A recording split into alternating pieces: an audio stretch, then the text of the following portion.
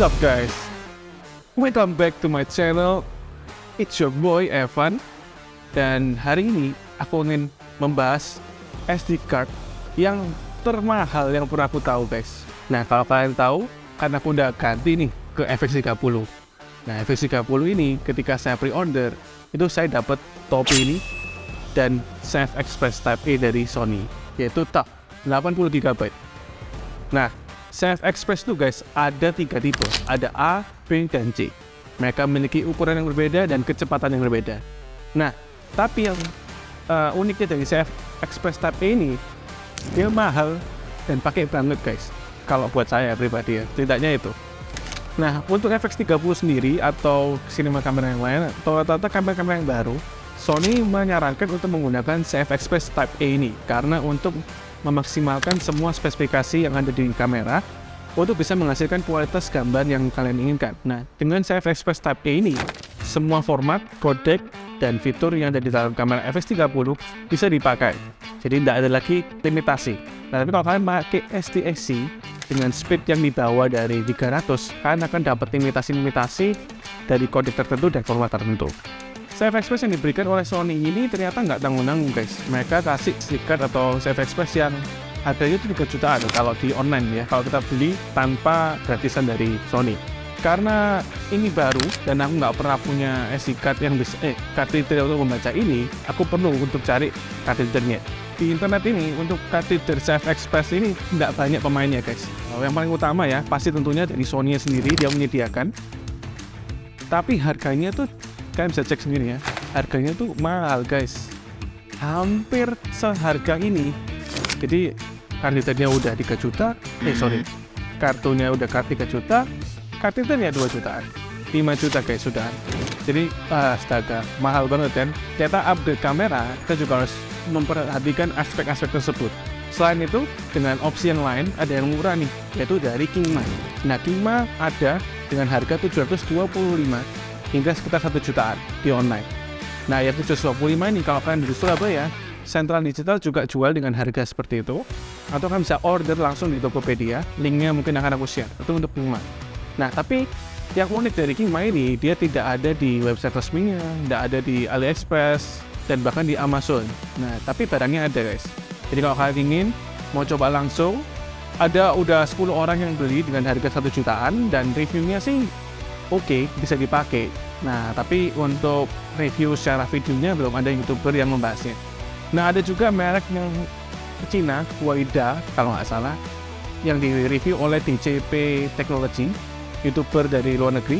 Dia bilang bahwa harganya $40 dan sudah dibandingkan dengan punya Sony, dan menurutnya oke juga, bisa dipakai, tapi tidak disarankan untuk ditinggal terlalu lama menggunakan SD cartridge-nya ya, karena cenderung panas untuk kartunya.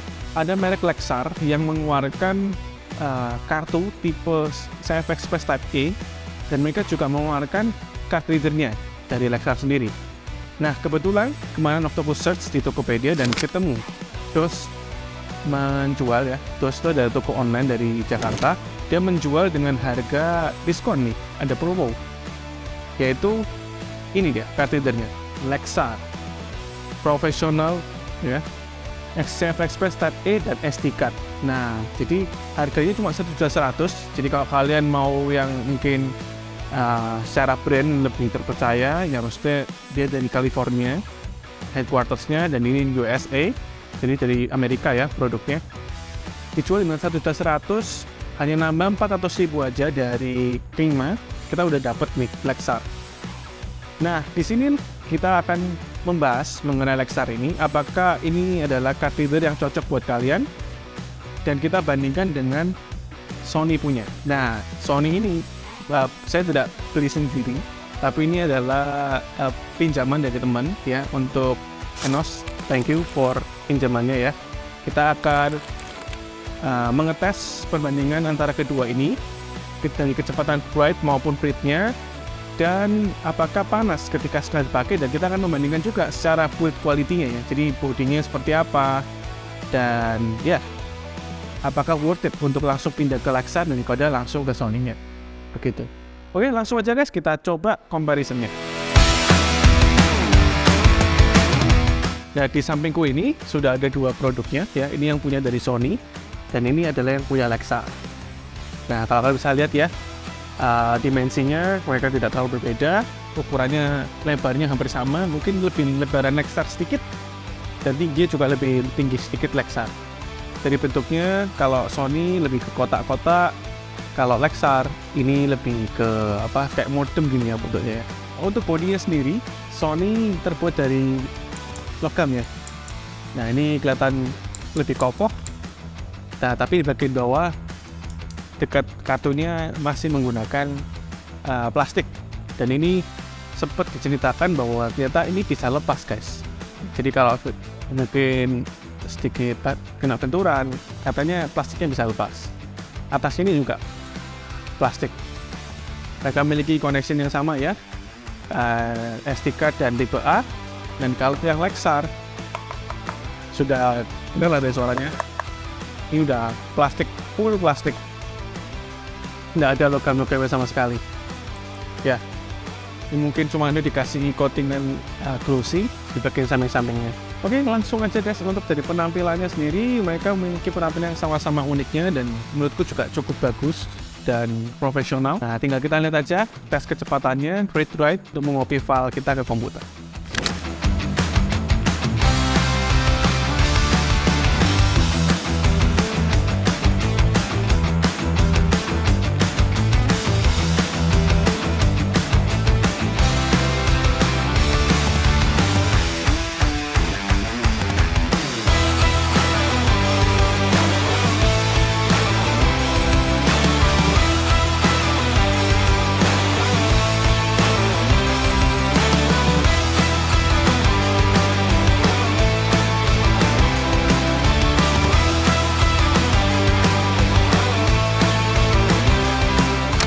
Oke, teman-teman, ya kita sudah selesai mencoba copy ya. Ada beberapa kali menggunakan USB Type-C dan USB 3.0 supaya kita tahu bahwa kalau 3.0 kecepatannya berapa dan USB Type-C berapa. Nah, surprisingly ya, ternyata Lexar masih bisa lebih unggul dibandingkan Sony dalam kecepatan read dan write-nya. Nah, mungkin bisa jadi hal minor yang dimana kabel yang diberikan oleh Enos kepada saya bukanlah kabel orinya Sony. Nah, tapi tadi sudah saya coba juga menggunakan kabelnya tipe C-nya Lexar dan hasilnya kan saya sudah lihat tadi bahwa ternyata dengan kabelnya Lexar Sony bisa terbantu kecepatannya. Yang mungkin saja dari kabelnya sendiri pun ada pengaruh dalam kecepatan untuk Sony sendiri. Kan Sony suka dengan one ecosystem yang dimana hampir mirip dengan Apple ya. Makanya mungkin kecepatannya dia akhirnya sedikit menurun dibandingkan Lexar.